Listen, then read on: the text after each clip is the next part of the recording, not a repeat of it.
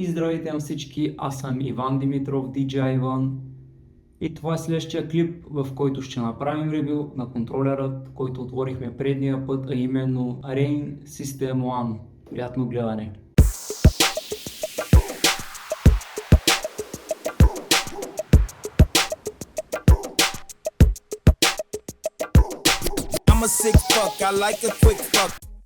Ето, че сме пред самият контролер и ще започнем с основните ефекти, които са 6 на брой. Под тях имаме като настройка параметъра, силата на ефекта и бита, който искате да хване самия ефект.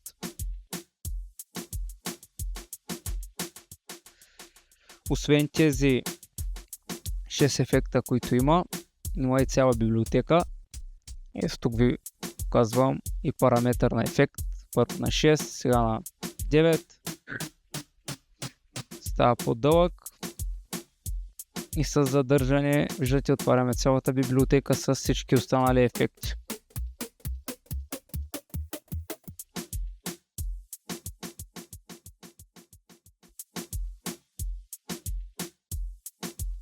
Силата на ефекта, параметърът, който искаме да хване за всеки ефект, самия параметър прави различни неща, като за ехото, някой от ехотата е чистота, на която да хване ехото, за другия е дължина на ефекта.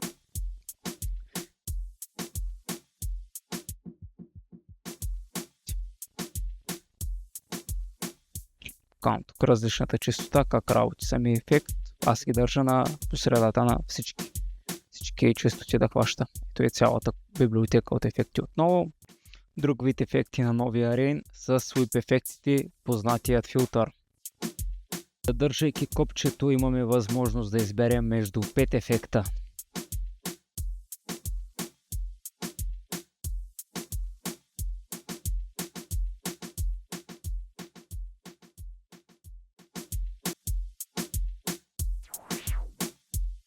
Някои от ефектите имат и допълнителна конфигурация, като тази на Noise да го засили.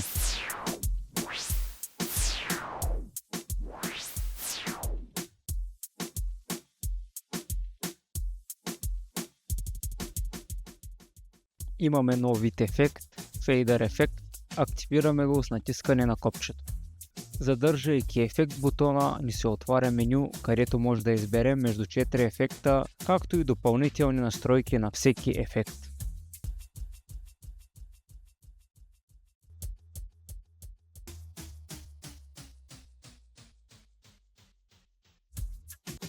Следващите ефекти са Touch ефектите.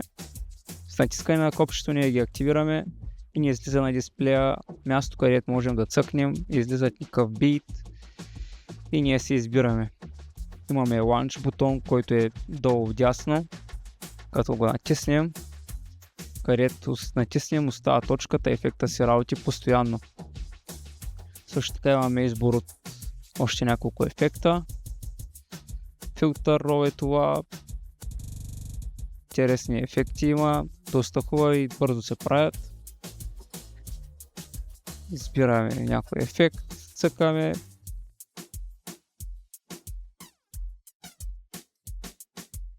И сега продължаваме с стемовете на самия контролер. Има 3 варианта за стемове. Първият вариант е, където пише Acapella инструментал. Има вариант да се махне оттам с ефект или чисто. Това е от настройките на пулта. Аз съм си го нагласил да е с ефект. Другия вариант е от падовите.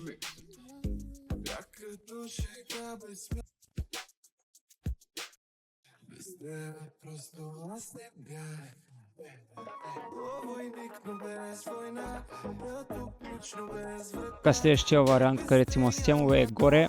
Искаме това копче и въртим кноповете. Високите е за вокала, средите за мелодията и лова за барабаните.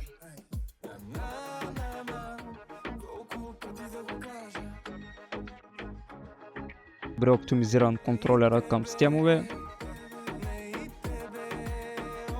Неща по контролера, долу вляво, разбира се, Shift бутона, Sync, Q, Start, Stop, горе имаме Beat Jump с колелце, което определя колко ще бъде голям Beat Jump. Stop Time. Също горе имаме Sleep.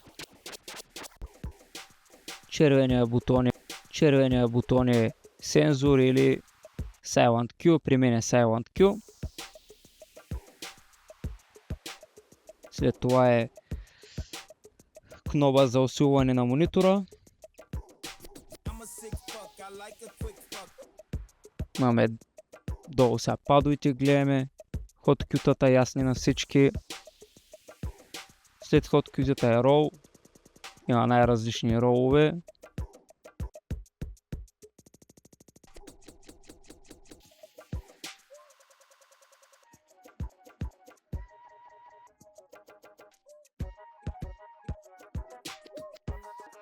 Два пъти на рола натискаме и има запазени лупове.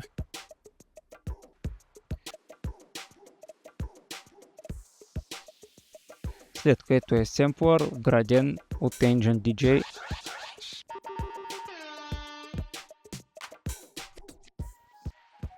След което са стемовите. С два пъти натискане на стем бутона става слайсър. До него е до падовете се намират и луповите. Стандартно 4, по 2, по половинка. След което чак са бутоните за капелата. K-Shift има.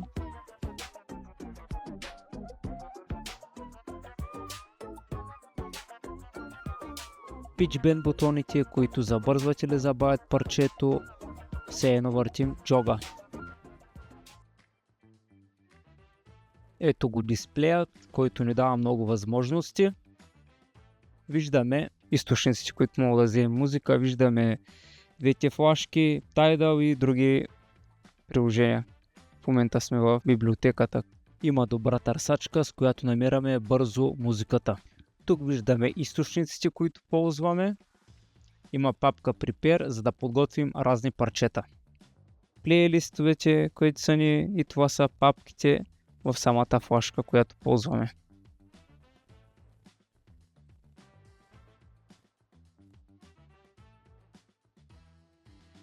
История.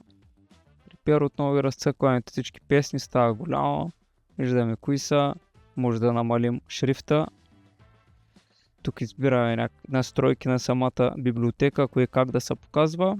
Той са като правила, нали, кое как да бъде търсено, как намирано, BPM какъв толеранс да има и IKEA. Тук сега ще видим как може да си подредим библиотеката, как да бъде подредена. Му е по BPM, ето и по K в момента, виждате как се нареди по K. Това е удобно и ще бъде полезно.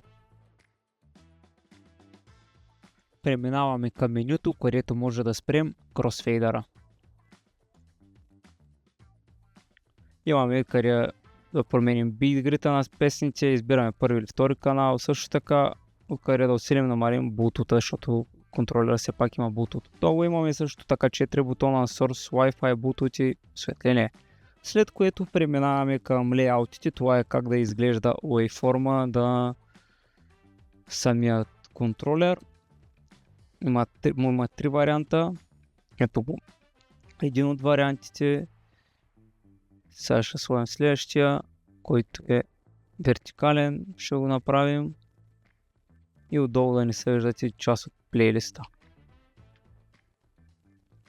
Тук има всякакви настройки. Голям, малък да бъде текста.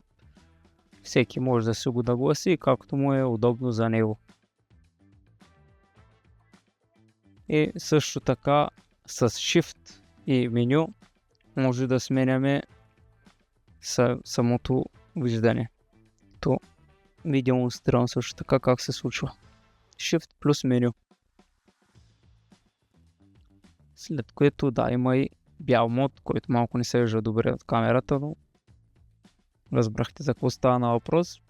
Сега ще махнем белия лейаут и това ще вижда се вече най-нормално. Имаме възможност да възстановим лейаут настройката по подразбиране. Сега ще разгледаме настройките на профила. Има Track Start Position, където може да се изберем от началото на песента или Cue Point. Също така има и сензор бутон, който е за Silent Cue, мога го направим да бъде сензор, т.е. Reverse. Акапела инструментал, където е ефекта, може да бъде на основното копче или с Shift да се прави. Аз съм го направил да бъде на основното копче. Default Speed Range на темпото, която е задал съм го на 20, може да си го направите както е удобно. Sync мода, може между 3 бар beat и темпо, аз съм го направил на beat. И Sync бутон Action може да се сменя да бъде с Shift и Sync бутон или втори път да го натиснете и да спре. След което е Pitch, настройки за Pitch Bend бутоните, които мога да ги направим да бъдат или Pitch Bend за бързването и забавянето на песента или рейнджа на самото темпо от фейдъра. След което имаме и Key Sync Mode, където да бъде или по-отпуснато или сили стриктно, което значи да ги синква точно ако е 1А с 1А.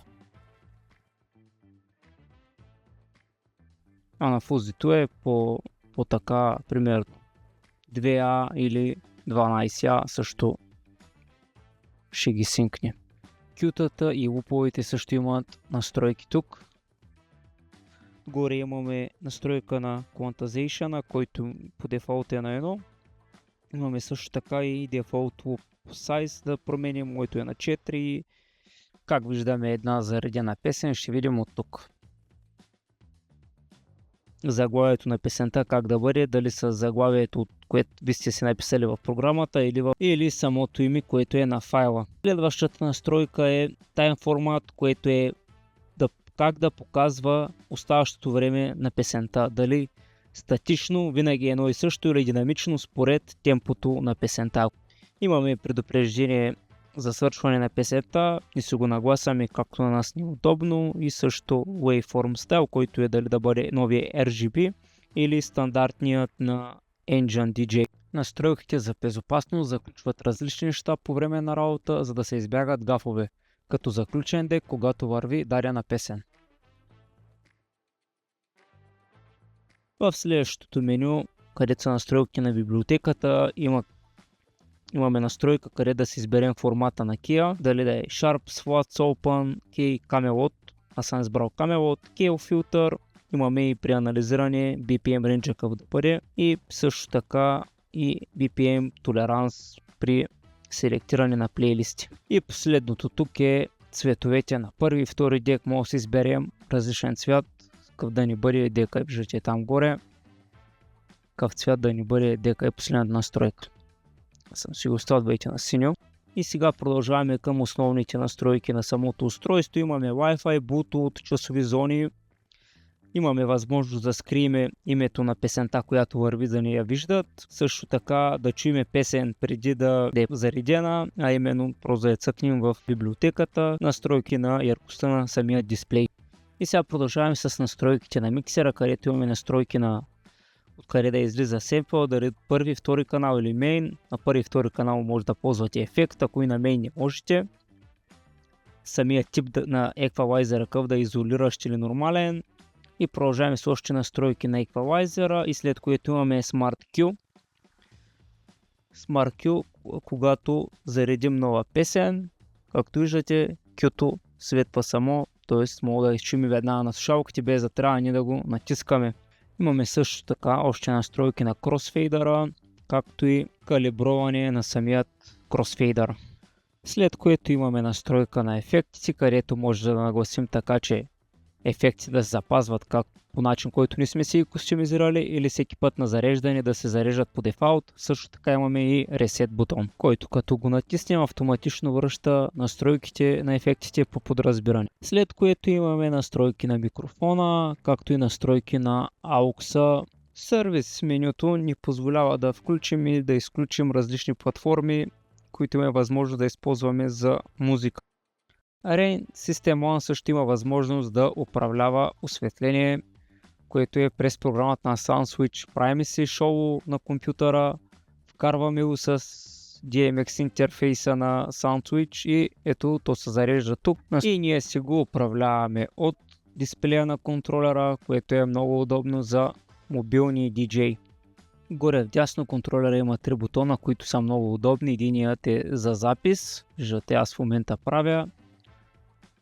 Другия, който е Mixer Settings, имаме настройки на първи и втори канал, откъде да вземат сигнала. Следващата е ефекта на микрофона. Имаме възможност да пуснем микрофона да се чува на монитора или на слушалките. Имаме и голям еквалайзер, който е за мастера, както имаме и Boost, ако искаме нещо да усилим по-силно, както и същия еквалайзер за монитора. И преминаваме към контрола, който е извън софтуера. Ще започнем с настройките на микрофона, където имаме копчета за включване и изключване, усилване на звука и усилване или намаляне на високите и ниските, както и ефект на микрофона, включване и дълбочина на самия ефект. Продължаваме с настройката на фейдерите, където те могат да бъдат нагласени по наше предпочитание, да ги натегнем или да ги отпуснем. Имаме възможност да регулираме работата на фейдерите, да усилват и намалят рязко или плавно, както и ревърс на всеки фейдър. Най-вдясно имаме откъде да усилваме и намаляме семплера, както и откъде да усилваме и намаляме блутута или аукса. Също така тук е контролът за слушалките. Ето е и задната част на контролера. Тук са входовете за микрофоните, AUX входа, изхода за монитор, следват и портовете, от които изкарваме звука, имаме чинчове и XLR. Можем да свържем към контролера USB-A, USB-C, слот за SD карта, компютър с USB-C, имаме и 2 входа с USB за контрола на осветление. Имаме също така от долната част на контролера място за хард диск, което не съм снимал. Тук е Power бутона и захранващия кабел.